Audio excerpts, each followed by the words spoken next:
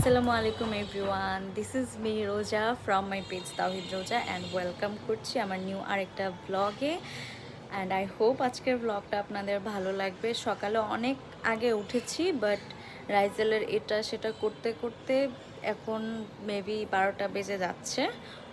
তো আমি এখন ব্রেকফাস্ট করবো। আমি এখনও ব্রেকফাস্ট করি না, এখন জাস্ট দৌড়ে গিয়ে ব্রেকফাস্ট করব, কারণ ও ঘুমাইছে, কখন না কখন উঠে যায় 5-10 মিনিটের মধ্যে। 10 মিনিট অনেক বেশি ওর জন্য।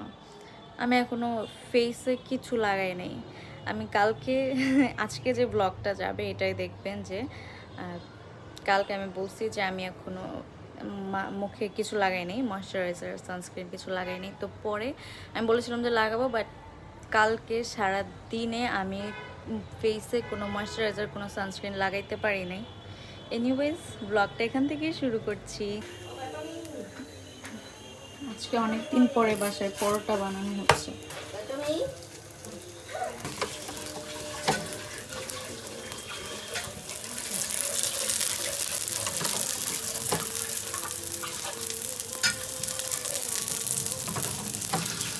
ইচ্ছা মতো ঘি, ওই যে ঘিয়ের এই যে নিচে যে দানা দানা পার্টটা, এটা আম্মু রাখে না এখানে।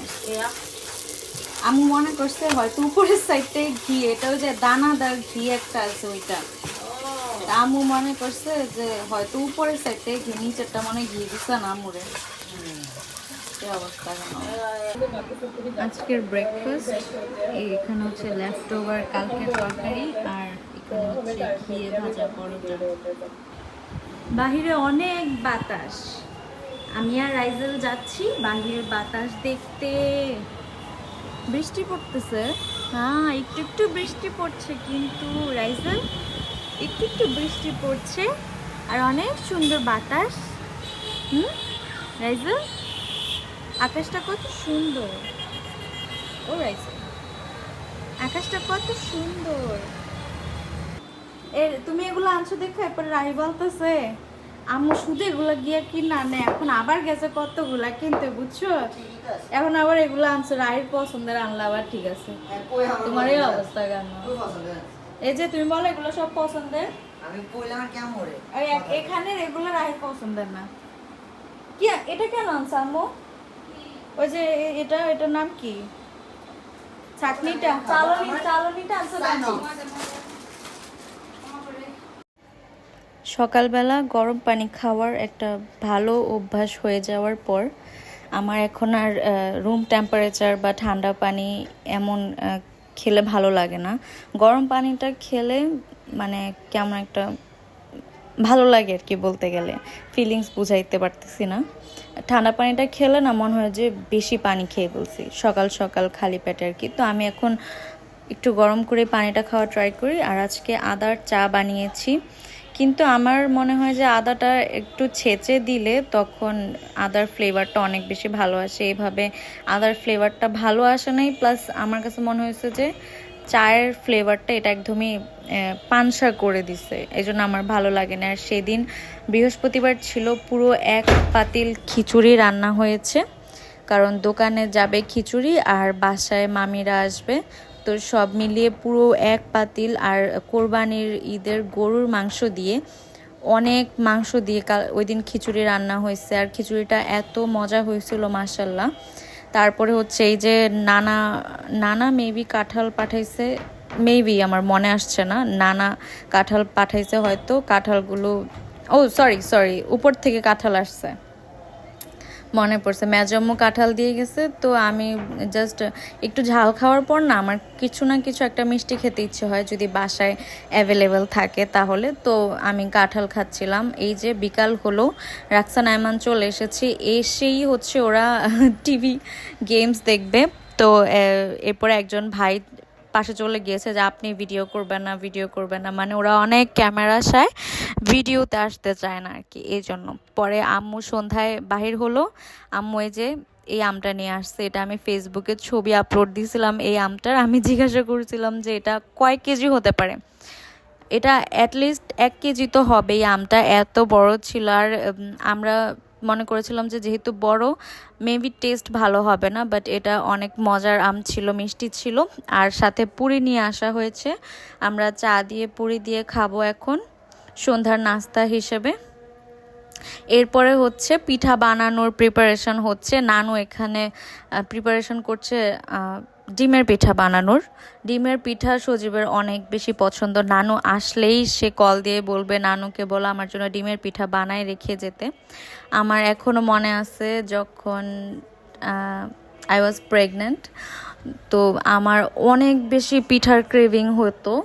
একটা সময়ের জন্য অনেক বেশি পিঠার ক্রেভিং হতো, মানে আমার মিজাজ গরম হয়ে যেত যে কেন পিঠা আসছে না, কেন পিঠা আসছে না। তো একটা টাইমে আমার কথা শুনে সবাই পিঠা বানায় আনা শুরু করলো, মানে মামি পিঠা বানায় আনলো, আমার খালামণিরা অনেক অনেক করে পিঠা বানায় আনলো, সাথে নানু পিঠা বানায় দিল।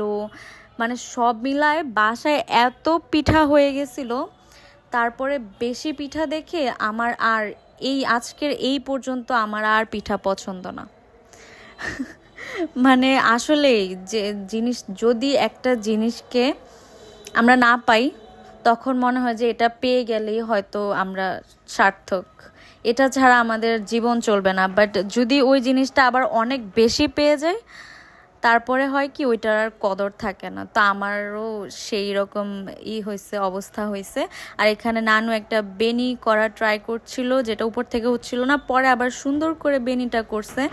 আর নানু সবগুলো পিঠা অনেক বেশি ডিজাইন করে বানানো ট্রাই করছিল। পরে আম্মু বলে এত আসলে হচ্ছে বাসায় খাবে, তো সে রাতের বেলা যতক্ষণই টাইম থাকে মোবাইল টিপলো বা টিভি দেখলো, সে টাইমটার মধ্যে সে হচ্ছে পিঠা চাবায় এরকম আর কি।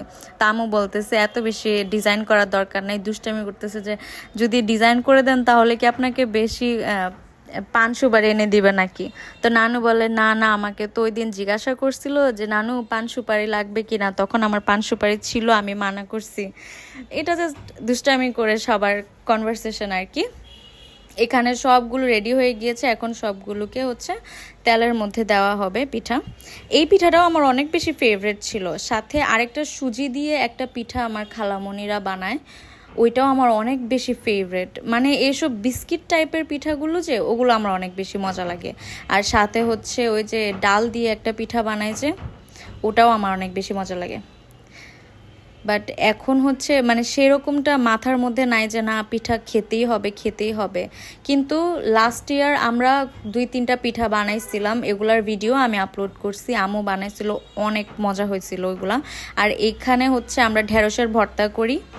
আমাদের যখনই ভালো না লাগে যে কি খাবো, বেশি বেশি মাংস মাছ খাওয়া হয়ে গিয়েছে, আমরা হচ্ছে ঢেঁড়সের এই ভর্তাটা করি। আর এই ভর্তাটা করলে অ্যাটলিস্ট 1 কেজি ঢেঁড়সের ভর্তা তো মাস্ট করতে হয়, না হলে হয় না। আর সেদিন তো মেহমান সহ ছিল, মামিরা সহ ছিল, তো মামি একদম সরিষার তেল দিয়ে মাখাইছিল ভর্তাটাকে, অনেক বেশি মজা হয়েছে। আমি আম্মু মামি আমরা 3জন বসে মানে সবার আগে আমরা ভাত খাইছি, গরম গরম ভাত দিয়ে ভর্তা দিয়ে আরেকটা কি জানি ওই যে ধুন্দুল না তরি বলে, ওইটা দিয়ে ডিম দিয়ে রান্না করে আম্মু। রান্না করে বলতে ভাজি করে, বাট ওইটার একটু বেশি পানি ছেড়ে দেয় তো একটু তরকারি টাইপ হয়ে যায়, অ্যান্ড ওইটাও অনেক বেশি মজার হয়। তো আমরা 3জন মিলে একদম ভালো মতো একদম পারফেক্টলি ডিনার করছি। যদিও রাতের 10টার পরে হয়ে গিয়েছিল, একদম আনহেলদি ডিনার হয়েছে। তারপর একদম প্লেট চেটে পুটে খাওয়ার মতো ডিনার করছি সেদিন আমরা। আজকের ভিডিওটা আমি এখানেই শেষ করছি। আমার ভিডিওটা যদি ভালো লেগে থাকে তাহলে একটা লাইক করে কমেন্ট করে আমার চ্যানেলটা সাবস্ক্রাইব করে যাবেন। আল্লাহ হাফেজ।